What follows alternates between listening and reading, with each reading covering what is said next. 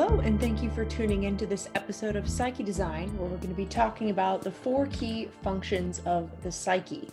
So first of all, I'm not going to talk too much about this, but what is the psyche? For my purposes on this podcast, I am really talking about Carl Jung's conceptualization of the psyche, which has 3 main parts. There's the ego, there's the personal unconscious, and the collective unconscious. So psyche, Carl Jung regarded the psyche as a self-regulating system. The word kind of goes back beyond Jung, and the word psyche has been used as a synonym for the word soul or spirit, but it's essentially the part of us that is animating the body. It is the totality of consciousness that is both unconscious and conscious. So the psyche, as this self-regulating system, it both is striving to maintain balance within itself, but it's also seeking to grow or seeking to individuate. And the way that we're individuating is based on this core innate pattern or blueprint, which is basically the way our personality takes form. The way that our psyche interacts based on which elements of the psyche happen to be conscious and which ones are innately more unconscious that can always come up above the surface. That blueprint is basically your personality pattern. And those aspects of your personality are connected to archetypes that you can then act out, or or it might just play out in certain contexts of your life. But basically, Carl Jung's view of the psyche, it has the ego as the center of the entire psyche, which the ego is that awareness. It is the part of you that is aware of the self. Your ego is not the same thing as yourself. Yourself is much bigger than the ego, but the ego is the part of you that maintains that conscious awareness, and it is the very start of that individuation process. It is the start of that pattern that unravels, where as you grow, your innate blueprint can kind of unfold, but your ego is the starting point. It's not a dirty word. It doesn't mean that you're a bad person for having an ego. We're all humans, and it's just that the ego is that small aspect of you that kind of gets the whole pattern started. So when people talk about having a big ego, it's typically a person that actually is still there at that starting point. When people say big ego, really the ego is viewing a quite narrow view of the psyche. So that's kind of a confusing part. But then there's the collective unconscious, which is collective in nature, as the name implies.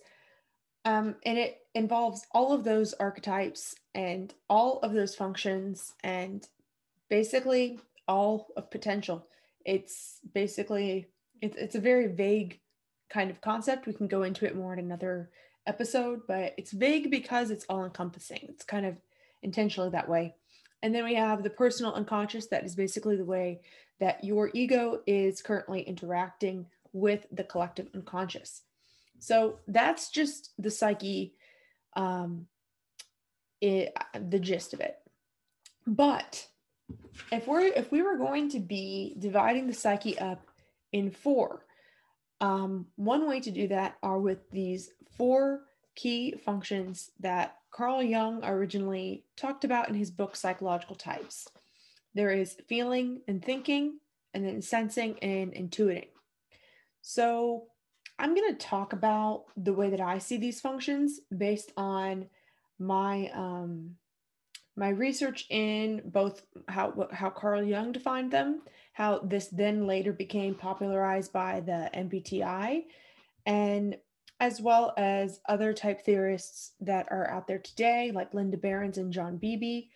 But I'm also adding on there kind of my spin on it, how I see these functions, because I'm also a student of astrology and tarot, and I know that Carl Jung was a student of astrology and tarot as well.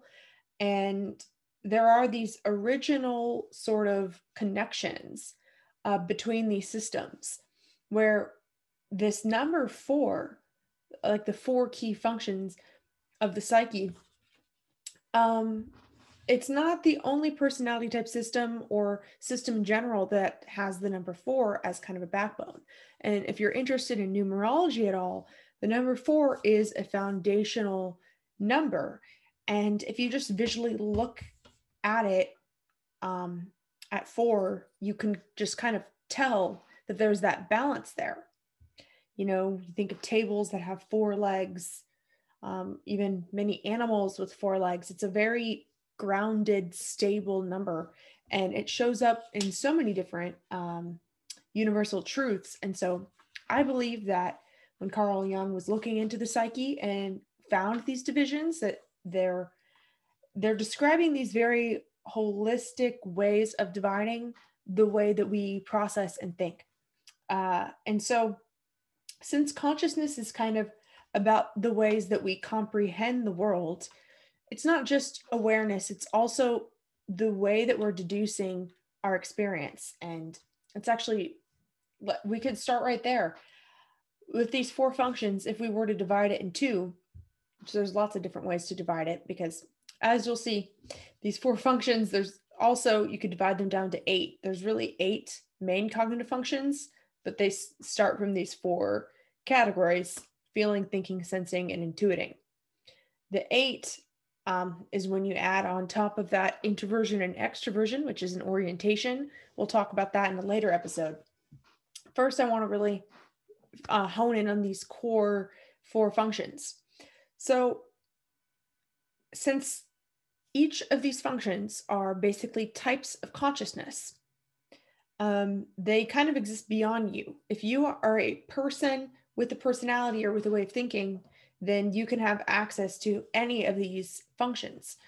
But your preference in your personality is going to be attracted to one of those types of consciousness more than another. It's similar to if you are either right-handed or left-handed. That is kind of a example that a lot of people in the type community like to use, is that it is kind of like handedness, in the sense that just as you have a right hand that might have more talents and then you develop the skill of writing, your psyche kind of works that way too, where you might have heard of the concept of right brain and left brain. There's definitely some truth to that. And, you know, these cognitive functions, there are also even real neuroscience research out there that shows that these things are connected. Go look into Dario Nardi's research if you want to know more about that. That can be another episode. But essentially, just like handedness, we have an aspect of our consciousness that we gravitate toward. And so, as Carl Jung also talks about individuation, where we our psyche wishes to expand and become more conscious of itself and become even more of a defined, unique human. The way that we gravitate toward our strengths or our talents, it naturally creates this sort of balance, or this out of balance thing, because Carl Jung said that both the psyche strives to maintain balance and it also strives to individuate. So for example, for me as an ENFJ, I am a feeler, or I prefer feeling over thinking. Because my psyche gravitates to that, what happens is I develop a skill or a talent in feeling. But then what happens is, because the psyche wishes to balance itself, then my psyche becomes out of balance, where there's feeling that is used a little bit too much, more than the thinking, and then I attract situations in my life that either challenge my thinking or my psyche. There could be synchronicities where people that are better at thinking than I, or are using it more, or maybe inspire me or challenge me to use thinking, are going to show up in my life and kind of trigger me until I get back into balance. And so that's kind of the dance of this journey. And that's part of the reason why knowing your type is super useful, because knowing your type shows you what aspects of consciousness you are already perhaps overdoing, and it also shows you your blind spots. So let's talk more about the four functions. One way of dividing these functions up is as Jung called judging and perceiving. So because consciousness is about overall comprehending whatever's happening in reality or in your reality, um, there are two things that your mind does with it. For judging, that is basically assessing what's going on around you, assessing the information, whereas perceiving is engaging with that information. And one thing that I've noticed that is a way that I like to describe perceiving and judging, that I think is a slightly better word, is, which, okay, I guess before I even go into that, I want to say that the two judging functions are thinking and feeling, and the two perceiving functions are sensing and intuiting. And I found that what really makes sense to me, and some words I really like to use, is to think of thinking and feeling as the two creative functions, because these are the areas in which your mind is creating either a new thought or a new feeling, or kind of your own assessment of what is happening. It is kind of your conclusion. You're kind of putting your impact onto the world whenever you're using thinking or feeling. And whenever people talk about in the metaphysical community about how thoughts create reality, all of these, really all of consciousness can impact reality, but thinking and feeling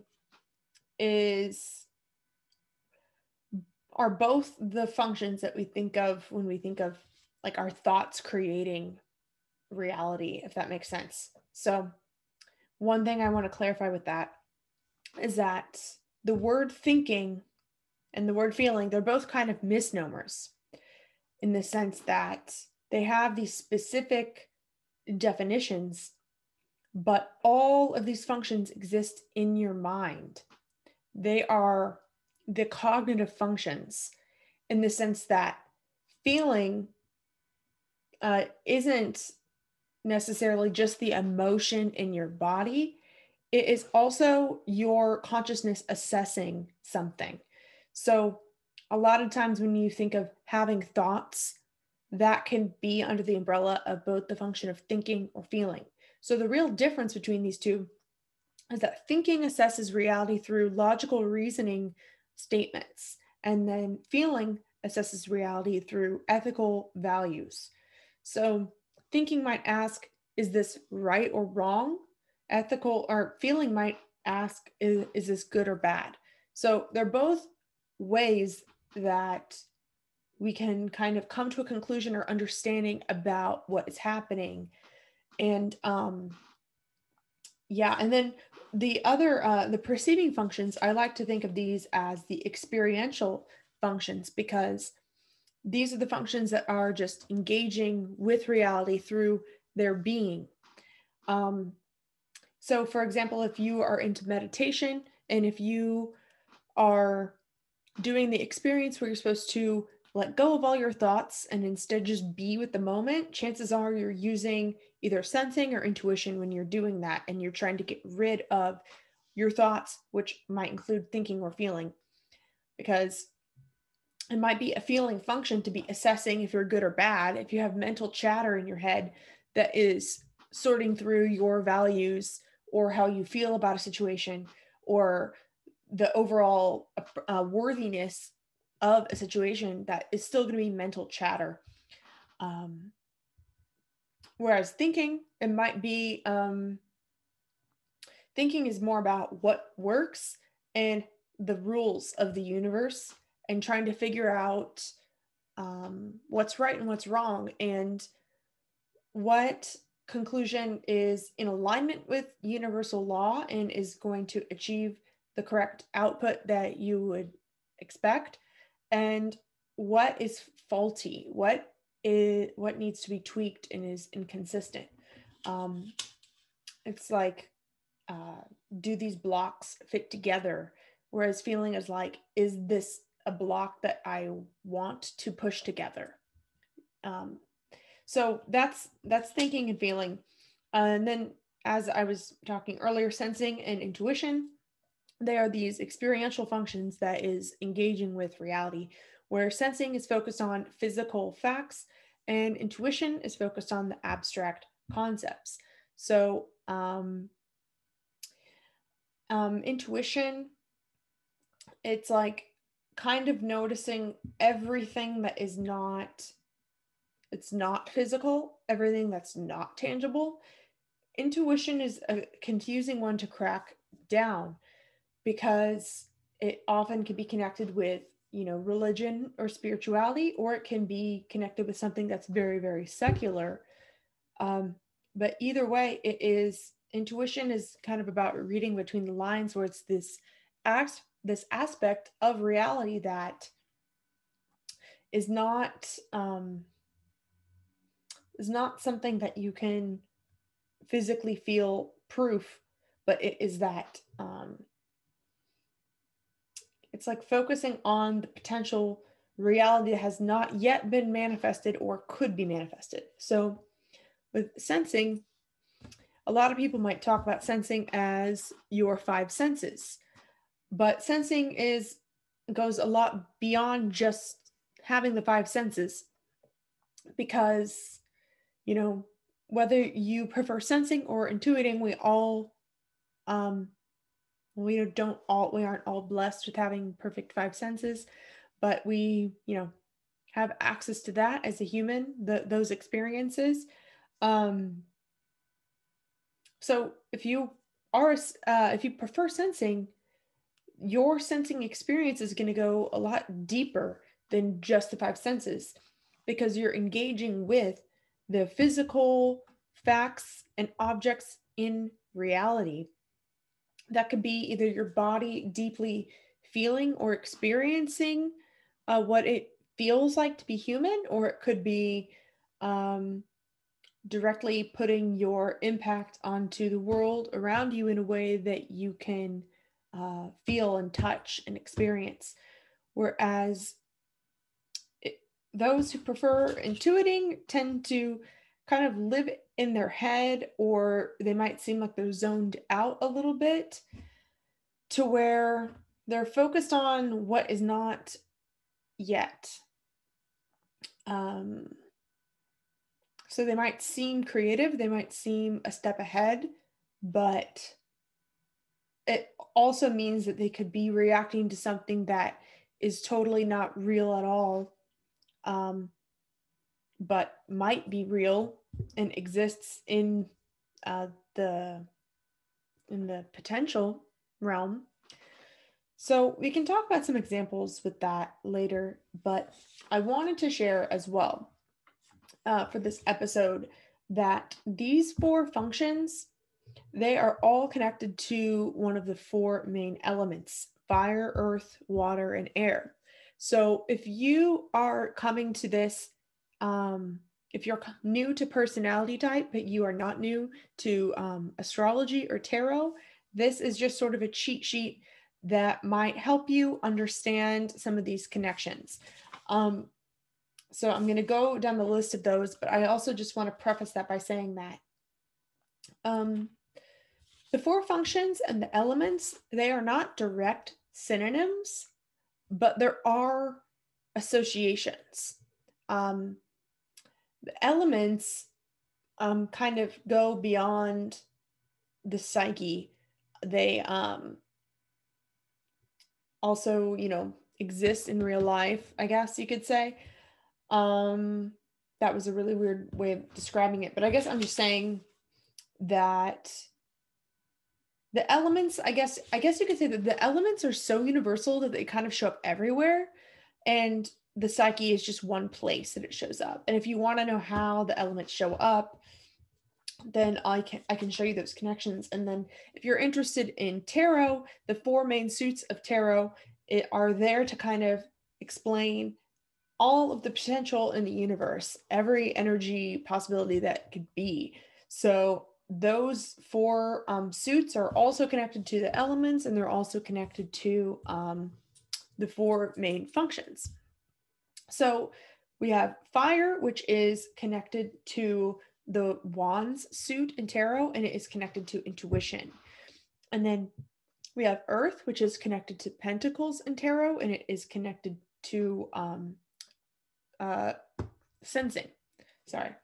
And then we have water, which is connected to cups in tarot, and it's connected to feeling. Then we have air that is connected to swords in tarot, and it's connected to thinking. So I'm going to share some keywords about these four elements that are true about the elements, and you might find associations with the four functions as well, in the sense that these four functions tend to be focused on engaging with reality in these ways. But just as an overview, fire is about creative energy, it's about potential, and it's about ideation. So it's that you can see the connection to intuition there, where intuition is focused on the possibilities and the potential realm, and creative energy is that realm that exists between what is already manifested and what will be manifested, and also the black hole of nothingness where an idea, comes in between. And, the way that ideas are created is that it all starts with nothing, and then the idea comes, and then it happens. Then you do something in the physical world to make it happen. And intuitives are focused on that in between. And when I say intuitives, I mean the individuals where their blueprint is, preferring intuition. We all do all of these things. I should have said this as a disclaimer earlier, is that we all have access to all of these things. And if you're into astrology and you know that you have all signs showing up in you, even if it's not your sun or your moon, you still have all the signs in your birth chart. That's kind of how it is with your personality type as well, is that you have one that kind of is a ruler over your general personality that then is seeking to connect with the other, as your psyche is seeking to polarize the opposites. It's similar to how in astrology you might have a chart ruler or a sun sign or a moon sign or a rising sign that kind of shows the part of you that you might identify with the most. And there are some connections between what your personality type might be and your chart, but there's no Bluetooth disconnection. Sorry about that. There's no hard and fast rule to how that would look. But just as your astrology chart shows every aspect of you somehow in it, you can see your type in it as well. So anyway, that was kind of a tangent, but it felt like it was important to share. But okay, so moving on to Earth. Earth is connected to physical vitality. Earth is practical and grounded, and it's also focused on what is material. So kind of to contrast that with intuition and the way that fire is, it is anyone, whether you prefer the intuition or sensing, can be extremely creative, but where does that creativity come from? Are you focused on the realm of the not yet manifested and the possibilities and the ideas? And is that what is driving you to want to create and make something real? Or are you so focused on the physical facts of the world, and are you so immersed in you're like embodied in one with your body and feeling your physical instinct and that pull to evolve, and when you act on that, then ideas just float into your head whenever you're in that state. That's how intuitive and sensing creativity can work differently, and they go hand in hand. Um, that Earth is also kind of associated with aesthetic things. So that's another thing because it's very focused on the here and now of what it can observe in this reality. So then the other two elements, we've got water and air. Water as an element is associated with sensitivity, emotions, being really in tune with yourself and like aligned with yourself. It's related to purification, which is kind of another related to the last keyword I said, purifying yourself or transmuting yourself, and also emotional responses. So, feeling as a function, it is not the exact same thing as emotions, but it does, um, the feeling as a function does pay attention to what emotions are. So, for example, if you are if you prefer feeling in your personality type, that doesn't mean that you don't mentally process at all and that you are just going off of whatever emotion of the moment. Feeling as a function is very sensitive to the emotional realm and seeks to um, really engage with its emotional responses as it comes up. But as I mentioned before, feeling as a function is really assessing the world through ethics and through their values. And is this worthy? Does this matter to me? Is this good? Is this bad? Whereas we have air, that is truth seeking. Um, it's independent, analytical, and focus on the objective. Um, Thinking, it is assessing the world through those logical reasoning statements. And the reason why it does that, the connection there is that um, it's basically seeking truth and it's wanting to figure out like the universal law, as I was saying earlier.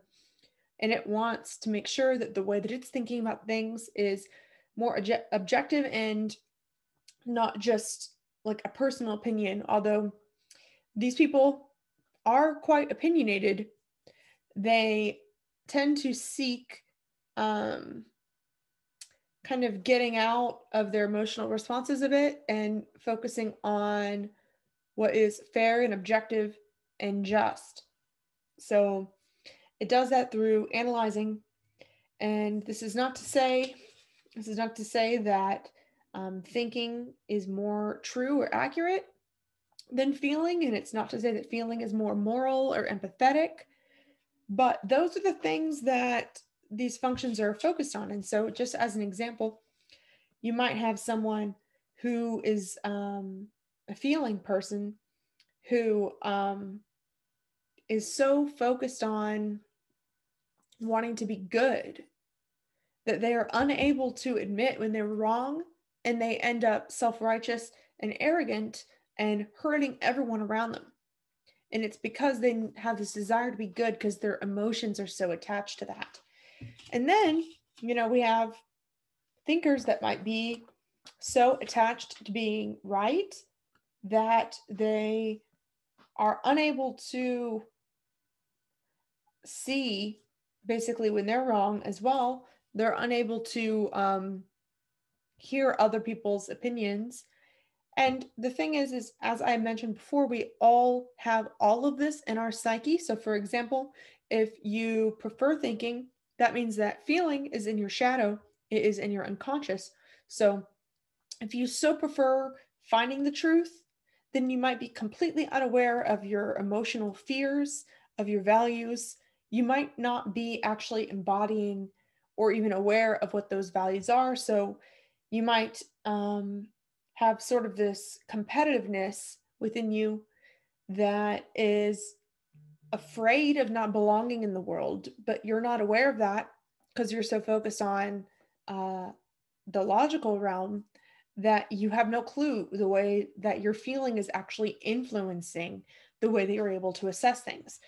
Because just because you're not consciously aware of the entire psyche is all playing its part. So if you have an unmet emotional need that you're not aware of, it is going to work its way manipulatively, God, in a manipulative way. Sorry about that. Where you're going to get that need met, and your logic is going to be skewed because it will make its way in there in an unconscious way, and you aren't going to be aware of it. Whereas if you prefer feeling, the same thing might happen where you might be wrong about something, or something in your philosophy might not really be quite true or aligning with where you want to go in universal law. And if you are too afraid of criticism, and if you are like really wanting to belong perhaps, or doing what you can to feel good, then you might not you might avoid the truth, or maybe the truth is too painful for you, or maybe you can allow injustice to happen because you are too afraid of rocking the boat, because you're too sensitive and you don't want to rock the boat, and then you then become an enabler for injustice to happen. So those are the four key areas of the psyche: feeling, thinking, sensing, and intuition. And we'll talk about this in the next episode, or in a later episode, that those four functions, they really boil down to 8 cognitive functions. And these 8 functions are the building blocks for your personality pattern. These main 4 functions that I just talked about are like the areas of the psyche. And within those 4, there are 2 orientations of like within each of those boxes.